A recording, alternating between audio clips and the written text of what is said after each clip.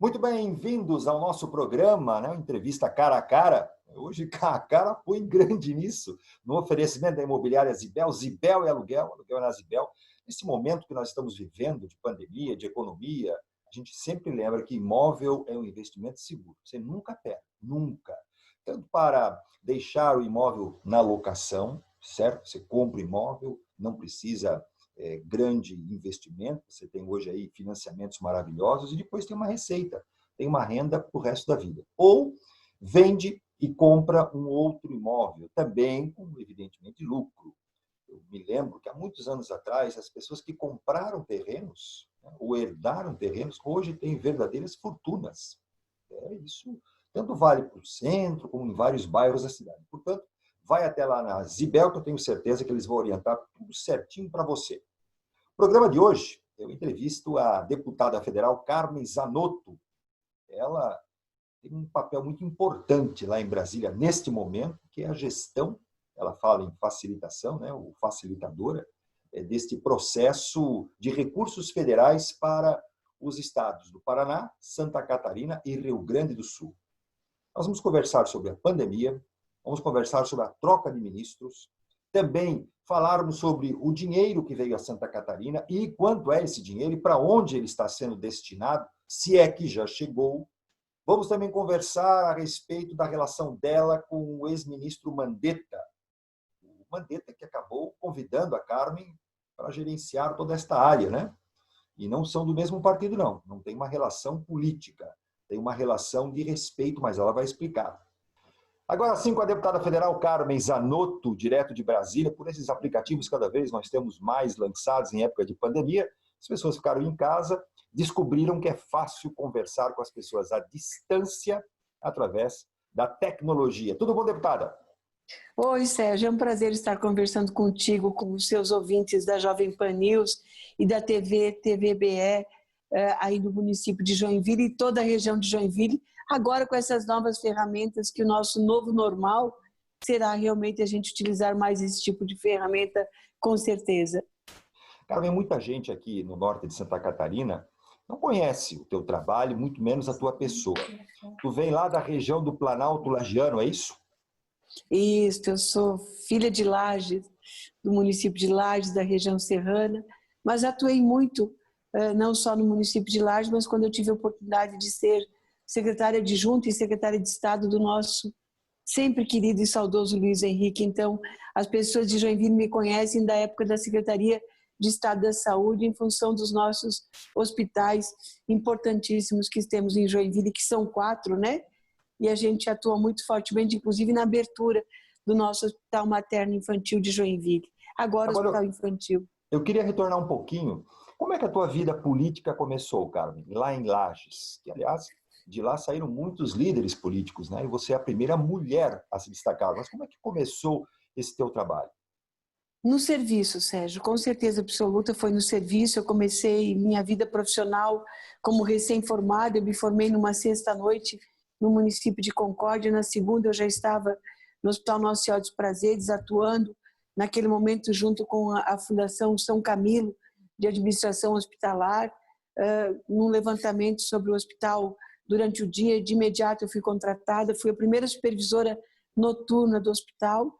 E eu acho que eu sempre fui do serviço, e o serviço é que me levou a ser secretária municipal, primeiro diretora de enfermagem do Nossa Senhora dos Prazeres, depois diretora administrativa do Hospital Geral Maternidade Teresa Ramos, secretária municipal, e por ter ocupado muito tempo a pasta da Secretaria Municipal de Saúde, eu disputei uma eleição de vereadora, que fiquei 2 anos na Câmara de Vereadores, depois segui para a Secretaria de Estado da Saúde como secretária adjunta. E quando eu fui para a secretaria, Sérgio, eu não sabia o que eu ia ser.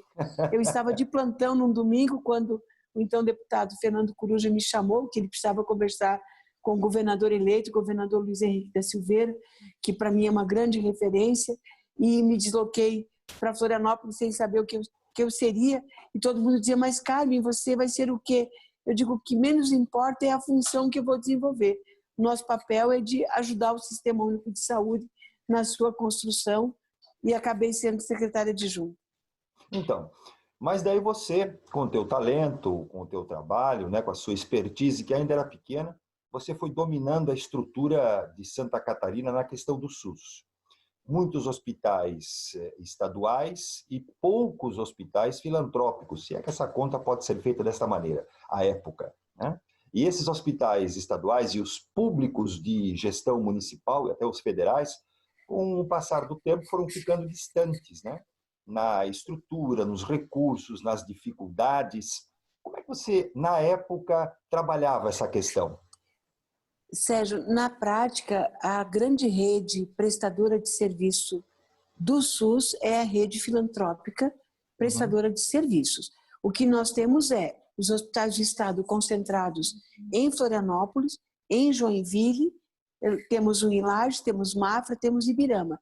Os demais hospitais são hospitais propriamente das entidades filantrópicas que são prestadoras de serviço do SUS. O que nós temos, e isso é histórico, e com o advento do Sistema Único de Saúde, com a Constituição de 88, as leis, né, a Lei 8080, a Lei 8.142, o que a gente percebe é o subfinanciamento desse sistema público de saúde, que ele é universal, mas que os recursos não acompanharam a ampliação da oferta de serviços que a gente tem a necessidade. Então, o subfinanciamento da saúde é um tema que nos acompanha desde que eu estava no município, como secretária municipal de saúde, na Secretaria de Estado e aqui na Câmara Federal, porque a gente precisa garantir cada vez mais o acesso à população brasileira, mas as filas elas se dão também, e em grande parte, pela baixa remuneração dos serviços.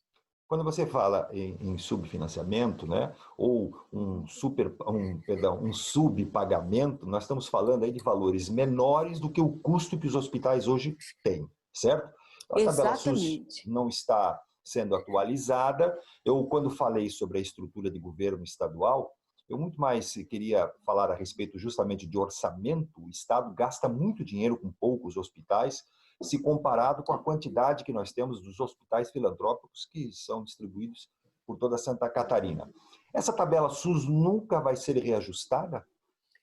Olha, Sérgio, eu já fui chamada de lobista da tabela do Sistema Único de Saúde, numa das nossas audiências aqui na Câmara Federal, e quando a palestrante falava dos lobistas, eu ergui o braço para já ser identificada como uma lobista e me considero uma lobista do bem, porque esta falta de remuneração adequada dos procedimentos tem levado à redução do número de profissionais atuando na prestação de serviços do SUS. Porque a forma da gente remunerar os profissionais médicos, remunerar as unidades hospitalares, as clínicas de imagem, as clínicas de raio-x, os laboratórios de exames de sangue, exame de urina, fezes, eles são remunerados por uma tabela, que muitas vezes as pessoas diziam assim, não, mas tem que complementar a tabela. De que jeito que os municípios vão complementar essa tabela se eles já estão colocando muito mais recursos do que o seu dever, do que a sua obrigação, né?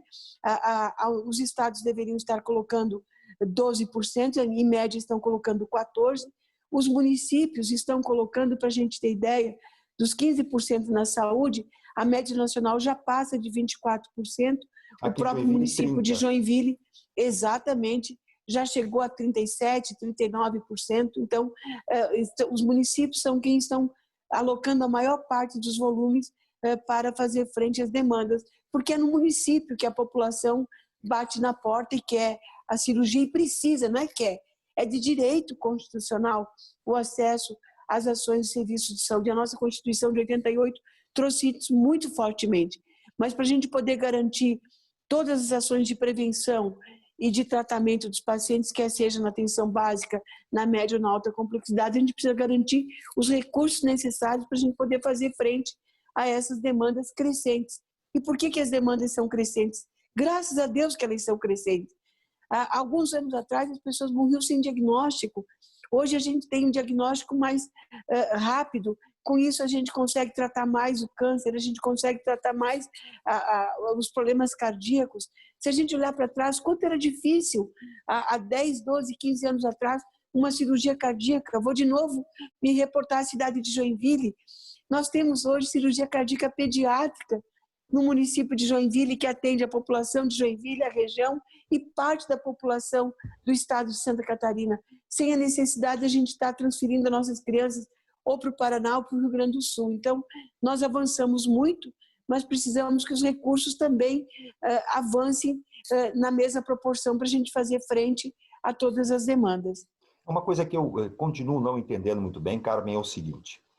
Quando você fala que as redes hospitalares basicamente são mantidas pela filantropia ou pelo serviço público estadual e municipal, nós vimos agora na pandemia que o Brasil tem um dos melhores sistemas de saúde pública do mundo, certo?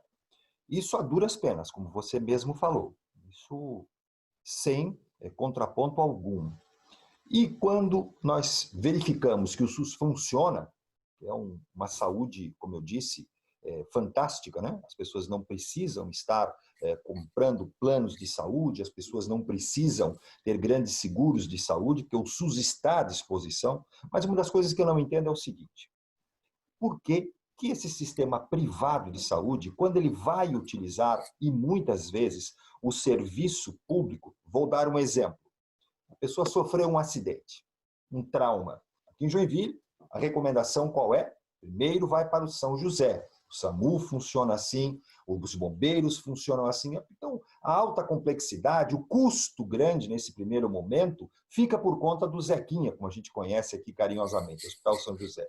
Não é? Bom, depois que ele estabilizou o paciente, depois que ele foi feito, evidentemente, esse tratamento, aí ele vai para um hospital particular, ou de uma fundação, ou de um instituto, perdão, de um plano de saúde, mas essa conta ficou lá com São José. Essa conta inicial ficou com São José. Por que essa conta também não é compartilhada? Sérgio, essa é uma luta que vem sendo conquistada já há alguns anos, que é o ressarcimento por parte dos serviços de saúde dos usuários que estão de planos de saúde. Isso. No caso do acidente, nós temos o ressarcimento por parte do DPVAT, que ele acontece sim para as unidades hospitalares, em especial para o primeiro atendimento. Normalmente o valor do seguro obrigatório cobre apenas a porta de entrada, não consegue cobrir os outros procedimentos. E também tem o ressarcimento por parte daquela seguradora do plano de saúde individual de cada um ou do plano coletivo. Isso já tem melhorado muito nos últimos anos, esse ressarcimento, só que ele não acontece para aquela unidade hospitalar, ele acontece basicamente para o Fundo Nacional de Saúde. Isso. E aí retorna muito pouquinho para cada uma das unidades que atenderam. Esse então, é uma conquista, é uma conquista que a gente ainda precisa aprimorar. Muitos hospitais já estão sendo ressarcidos, mas são poucos ainda no país e no nosso estado de Santa Catarina.